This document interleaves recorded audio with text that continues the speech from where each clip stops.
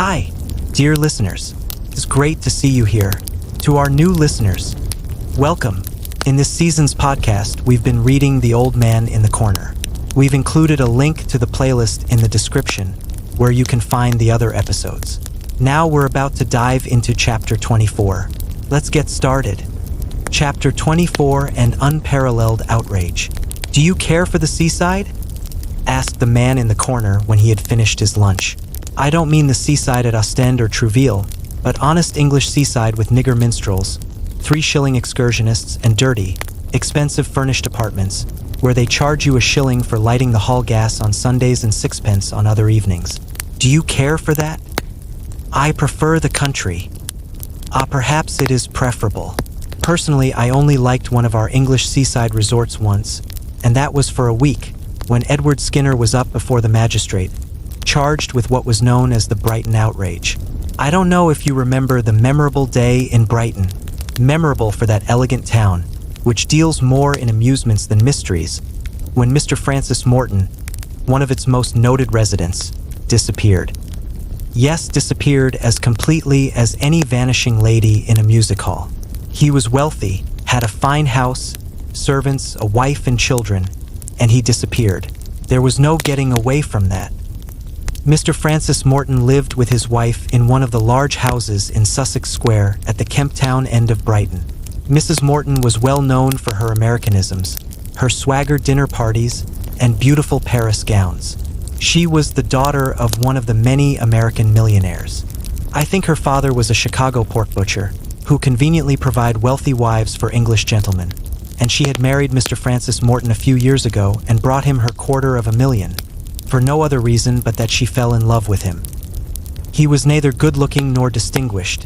In fact, he was one of those men who seemed to have city stamped all over their person. He was a gentleman of very regular habits, going up to London every morning on business and returning every afternoon by the husband's train. So regular was he in these habits that all the servants at the Sussex Square house were betrayed into actual gossip over the fact that on Wednesday, March 17th, the master was not home for dinner. Hales, the butler, remarked that the mistress seemed a bit anxious and didn't eat much food. The evening wore on and Mr. Morton did not appear. At 9 o'clock, the young footman was dispatched to the station to make inquiries whether his master had been seen there in the afternoon, or whether, which heaven forbid, there had been an accident on the line. The young man interviewed 2 or 3 porters, the bookstall boy, and ticket clerk. All were agreed that Mr. Morton did not go up to London during the day. No one had seen him within the precincts of the station. There certainly had been no accident reported either on the up or down line. But the morning of the 18th came with its initial postman's knock, but neither Mr. Morton nor any sign or news from him. Mrs. Morton, who evidently had spent a sleepless night, for she looked sadly changed and haggard, sent a wire to the hall porter at the large building in Cannon Street, where her husband had his office. An hour later she had the reply, "Not seen Mr. Morton all day yesterday, not here today." By the afternoon, everyone in Brighton knew that a fellow resident had mysteriously disappeared from or in the city. A couple of days, then another elapsed, and still no sign of Mr. Morton. The police were doing their best. The gentleman was so well known in Brighton, as he had been a resident 2 years, that it was not difficult to firmly establish the one fact that he had not left the city, since no one saw him in the station on the morning of the 17th, nor at any time since then. Mild excitement prevailed throughout the town. At first, the newspapers took the matter somewhat jocosely. "Where is Mr. Morton?" was the usual placard on the evening's contents bills. But after 3 days had gone by and the worthy Brighton resident was still missing, while Mrs. Morton was seen to look more haggard and careworn every day, mild excitement gave place to anxiety. There were vague hints now as to foul play. The news had leaked out that the missing gentleman was carrying a large sum of money on the day of his disappearance. There were also vague rumors of a scandal not unconnected with Mrs. Morton herself and her own past history, which in her anxiety for her husband she had been forced to reveal to the detective inspector in charge of the case. Then on Saturday, the news which the late evening papers contained was this: acting on certain information received, the police today forced an entrance into one of the rooms of Russell House, a high-class furnished apartment on the King's Parade, and there they discovered our missing distinguished townsman, Mr. Francis Morton, who had been robbed and subsequently locked up in that room since Wednesday, the 17th. When discovered, he was in the last stages of inanition. He was tied into an armchair with ropes. A thick wool shawl had been wound round his mouth, and it is a positive marvel that, left thus without food and very little air, the unfortunate gentleman survived the horrors of these 4 days of incarceration. He has been conveyed to his residence in Sussex Square, and we are pleased to say that Dr. Mellish, who is in attendance, has declared his patient to be out of serious danger, and that with care and rest he will be soon quite himself again. At the same time, our readers will learn with unmixed satisfaction that the police of our city, with their usual acuteness and activity, have already discovered the identity and whereabouts of the cowardly ruffian who committed this unparalleled outrage. What a tragedy! But thankfully, Mr. Morton survived the horrifying captivity. Do you think his wife was involved as well? Chapter 25: The Prisoner. I really don't know, continued the man in the corner blandly, what it was that interested me in the case from the very first. Certainly it had nothing very out of the way or mysterious about it, but I journeyed down to Brighton nevertheless, as I felt that something deeper and more subtle lay behind that extraordinary assault, following a robbery, no doubt. I must tell you that the police had allowed it to be freely circulated abroad that they held a clue. It had been easy enough to ascertain who the lodger was who had rented the furnished room in Russell House. His name was supposed to be Edward Skinner, and he had taken the room about a fortnight ago, but had gone away ostensibly for 2 or 3 days on the very day of Mr. Morton's mysterious disappearance. It was on the 20th that Mr. Morton was found, and 36 hours later, the public were gratified to hear that Mr. Edward Skinner had been traced to London and arrested on the charge of assault upon the person of Mr. Francis Morton and of robbing him of the sum of £10,000. Then a further sensation was added to the already bewildering case by the startling announcement that Mr. Francis Morton refused to prosecute. Of course, the Treasury took up the case and subpoenaed Mr. Morton as a witness, so that gentleman, if he wished to hush the matter up, or had been in any way terrorized into a promise of doing so, gained nothing by his refusal except an additional amount of curiosity in the public mind and further sensation around the mysterious case. It was all this, you see, which had interested me and brought me down to Brighton on March 23rd to see the prisoner Edward Skinner arraigned before the beak. I must say that he was a very ordinary-looking individual, fair, of ruddy complexion, with snub nose and the beginning of a bald place on the top of his head. He too looked the embodiment of a prosperous, stodgy city gent. I took a quick survey of the witnesses present, and guessed that the handsome, stylish woman sitting next to Mr. Reginald Pepys, the noted lawyer for the Crown, was Mrs. Morton. There was a large crowd in court, and I heard whispered comments among the feminine portion thereof as to the beauty of Mrs. Morton's gown, the value of her large picture hat, and the magnificence of her diamond rings. The police gave all the evidence required with regard to the finding of Mr. Morton in the room at Russell House, and also to the arrest of Skinner at the Langham Hotel in London. It appears that the prisoner seemed completely taken aback at the charge preferred against him, and declared that though he knew Mr. Francis Morton slightly in business, he knew nothing as to his private life.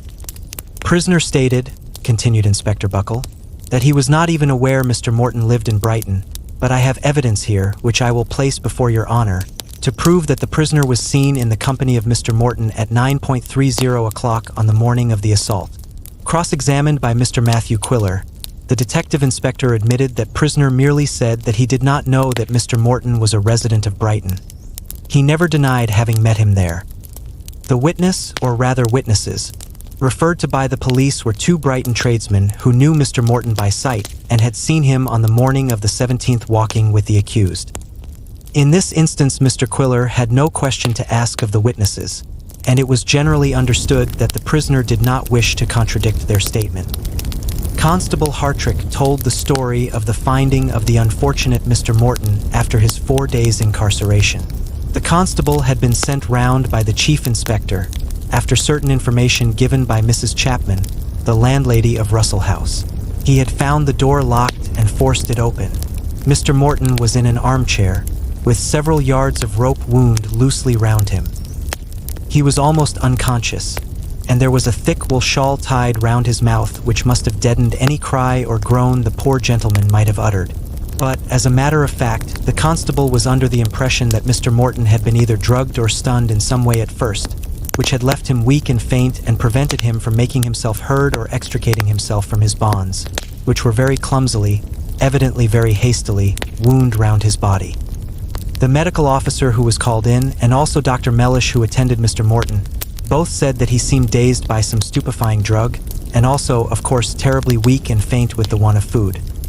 The first witness of real importance was Mrs. Chapman, the proprietress of Russell House, whose original information to the police led to the discovery of Mr. Morton. In answer to Mr. Pepys, she said that on March 1st the accused called at her house and gave his name as Mr. Edward Skinner. He required, he said, a furnished room at a moderate rental for a permanency, with full attendance when he was in, but he added that he would often be away for 2 or 3 days or even longer at a time. He told me that he was a traveler for a tea house, continued Mrs. Chapman, and I showed him the front room on the 3rd floor, as he did not want to pay more than 12 shillings a week. I asked him for a reference, but he put 3 sovereigns in my hand, and said with a laugh that he supposed paying for his room a month in advance was sufficient reference. If I didn't like him after that, I could give him a week's notice to quit. You did not think of asking him the name of the firm for which he traveled? Asked Mr. Pepys. No, I was quite satisfied as he paid me for the room. The next day he sent in his luggage and took possession of the room. He went out most mornings on business, but was always in Brighton for Saturday and Sunday.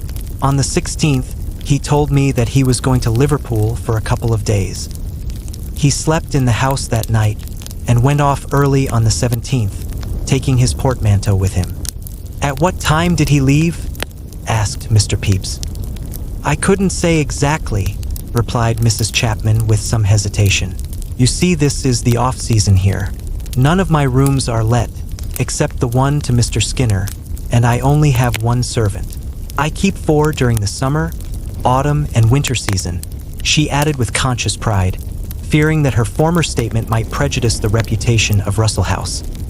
I thought I had heard Mr. Skinner go out about 9 o'clock, but about an hour later the girl and I were both in the basement, and we heard the front door open and shut with a bang, and then a step in the hall. That's Mr. Skinner, said Mary. So it is, I said. Why, I thought he had gone an hour ago. He did go out then, said Mary, for he left his bedroom door open and I went in to do his bed and tidy his room. Just go and see if that's him.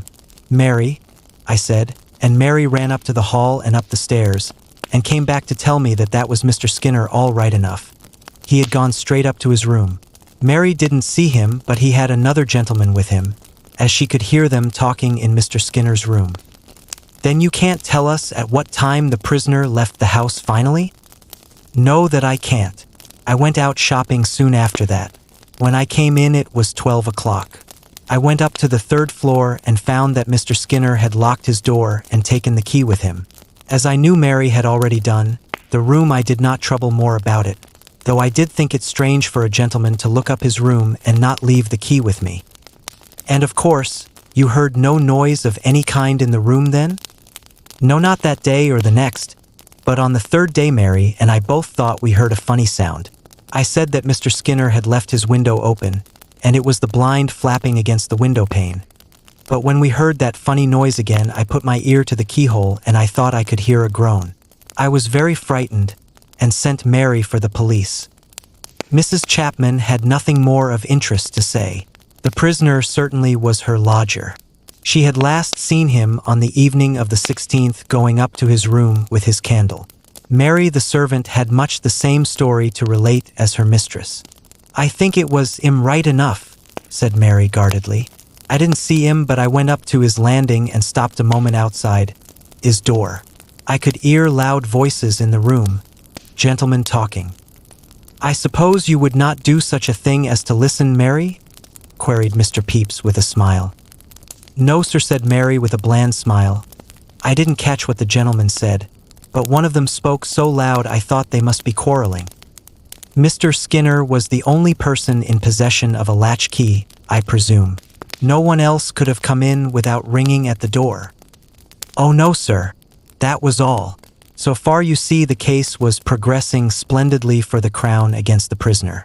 The contention, of course, was that Skinner had met Mr. Morton, brought him home with him, assaulted, drugged, then gagged and bound him, and finally robbed him of whatever money he had in his possession, which, according to certain affidavits which presently would be placed before the magistrate, amounted to £10,000 in notes.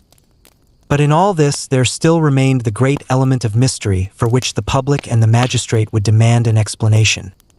Namely, what were the relationships between Mr. Morton and Skinner, which had induced the former to refuse the prosecution of the man who had not only robbed him, but had so nearly succeeded in leaving him to die a terrible and lingering death? Mr. Morton was too ill as yet to appear in person. Dr. Mellish had absolutely forbidden his patient to undergo the fatigue and excitement of giving evidence himself in court that day. But his depositions had been taken at his bedside, were sworn to by him, and were now placed before the magistrate by the prosecuting counsel, and the facts they revealed were certainly as remarkable as they were brief and enigmatical. As they were read by Mr. Pepys, an awed and expectant hush seemed to descend over the large crowd gathered there, and all necks were strained eagerly forward to catch a glimpse of a tall, elegant woman, faultlessly dressed and wearing exquisite jewelry, but whose handsome face wore, as the prosecuting counsel read her husband's deposition, a more and more ashen hue.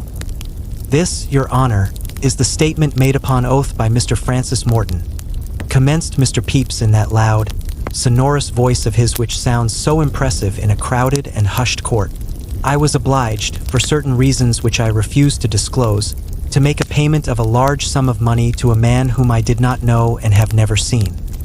It was in a matter of which my wife was cognizant and which had entirely to do with her own affairs. I was merely the go-between, as I thought it was not fit that she should see to this matter herself. The individual in question had made certain demands, of which she kept me in ignorance as long as she could, not wishing to unnecessarily worry me. At last she decided to place the whole matter before me, and I agreed with her that it would be best to satisfy the man's demands. I then wrote to that individual whose name I do not wish to disclose, addressing the letter, as my wife directed me to do, to the Brighton post office, saying that I was ready to pay the £10,000 to him, at any place or time and in what manner he might appoint. I received a reply which bore the Brighton postmark, and which desired me to be outside Funival's, the drapers in West Street, at 9:30 on the morning of March 17th, and to bring the money, £10,000, in Bank of England notes. On the 16th my wife gave me a check for the amount and I cashed it at her bank, Bird's in Fleet Street. At 9:30 the following morning I was at the appointed place.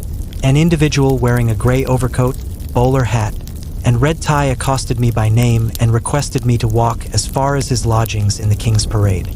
I followed him. Neither of us spoke. He stopped at a house which bore the name Russell House, and which I shall be able to swear to as soon as I am able to go out. He let himself in with a latch key and asked me to follow him up to his room on the 3rd floor. I thought I noticed when we were in the room that he locked the door.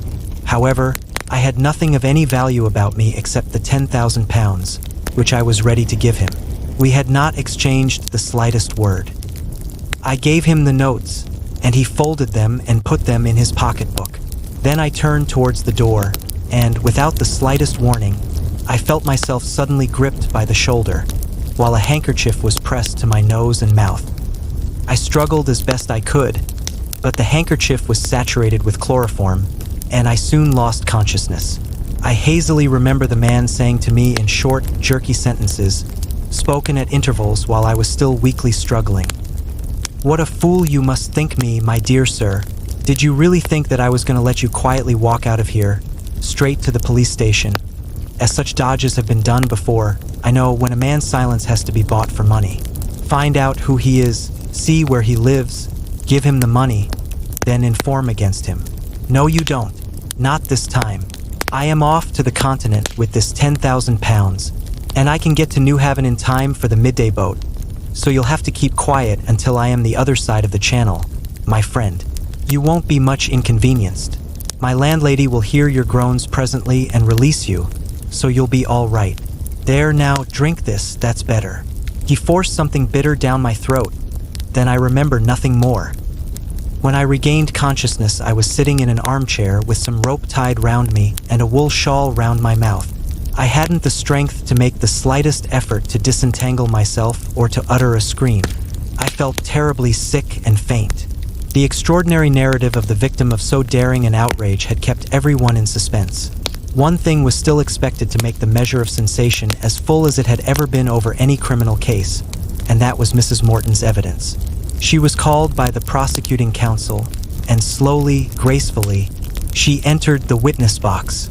There was no doubt that she had felt keenly the tortures which her husband had undergone, and also the humiliation of seeing her name dragged forcibly into this ugly, blackmailing scandal.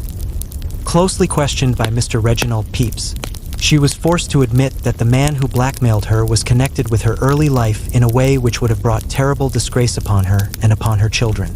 The story she told, amidst many tears and sobs, and much use of her beautiful lace handkerchief and baringed hands, was exceedingly pathetic. It appears that when she was barely 17, she was inveigled into a secret marriage with one of those foreign adventurers who swarm in every country, and who styled himself Comte Armand de la Tremouille. He seems to have been a blackguard of unusually low pattern, for after he had extracted from her some 200 pounds of her pin money and a few diamond brooches, he left her one fine day with a laconic word to say that he was sailing for Europe by the Argentina and would not be back for some time. She was in love with the brute, poor young soul, for when, a week later, she read that the Argentina was wrecked, and presumably every soul on board had perished, she wept very many bitter tears over her early widowhood. Fortunately, her father, a very wealthy pork butcher of Chicago, had known nothing of his daughter's culpable foolishness. For years later, he took her to London, where she met Mr. Francis Morton and married him. She led 6 or 7 years of very happy married life when one day, like a thunderbolt from a clear, blue sky, she received a typewritten letter signed Armand de la Tremouille, full of protestations of undying love, telling a long and pathetic tale of years of suffering in a foreign land, whither he had drifted after having been rescued almost miraculously from the wreck of the Argentina, and where he never had been able to scrape a sufficient amount of money to pay for his passage home. At last fate had favored him. He had, after many vicissitudes, found the whereabouts of his dear wife, and was now ready to forgive all that was past and take her to his loving arms once again. What followed was the usual course of events when there is a blackguard and a fool of a woman. She was terrorized and did not dare to tell her husband for some time. She corresponded with the Comte de la Tremouille, begging him for her sake and in memory of the past not to attempt to see her. She found him amenable to reason in the shape of several £100 which passed through the Brighton post office into his hands. At last one day, by accident, Mr. Morton came across one of the Comte de la Tremouille's interesting letters. She confessed everything, throwing herself upon her husband's mercy. Now Mr. Francis Morton was a businessman who viewed life practically and soberly. He liked his wife, who kept him in luxury, and wished to keep her, whereas the Comte de la Tremouille seemed willing enough to give her up for a consideration. Mrs. Morton, who had the sole and absolute control of her fortune, on the other hand, was willing enough to pay the price and hush up the scandal, which she believed, since she was a bit of a fool, would land her in prison for bigamy. Mr. Francis Morton wrote to the Comte de la Tremouille that his wife was ready to pay him the sum of £10,000 which he demanded in payment for her absolute liberty and his own complete disappearance out of her life now and forever. The appointment was made, and Mr. Morton left his house at 9 a.m. on March 17th with the £10,000 in his pocket. The public and the magistrate had hung breathless upon her words. There was nothing but sympathy felt for this handsome woman, who throughout had been more sinned against than sinning, and whose gravest fault seems to have been a total lack of intelligence in dealing with her own life. But I can assure you of one thing, that in no case within my recollection was there ever such a sensation in a court as when the magistrate, after a few minutes' silence, said gently to Mrs. Morton, "And now, Mrs. Morton, will you kindly look at the prisoner, and tell me if in him you recognize your former husband?" And she, without even turning to look at the accused, said quietly, "Oh no, your honor, of course that man is not the Comte de la Tremouille." Well, it seems everyone has a secret past. But could this be part of the ex-husband's revenge plan? We seem to be getting closer to the truth. Will everything be revealed tomorrow? See you then.